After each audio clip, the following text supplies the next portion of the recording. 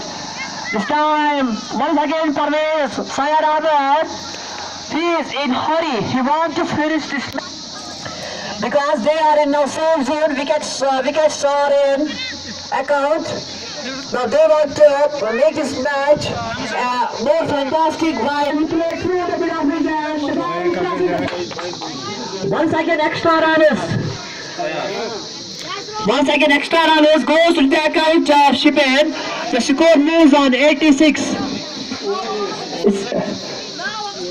After the completion of 8 hours, the score is 86 for the loss of 1 wicket.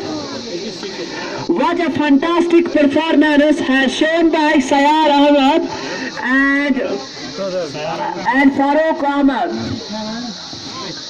Farooq Ahmed is going to face Bilal Ahmed. They require only 4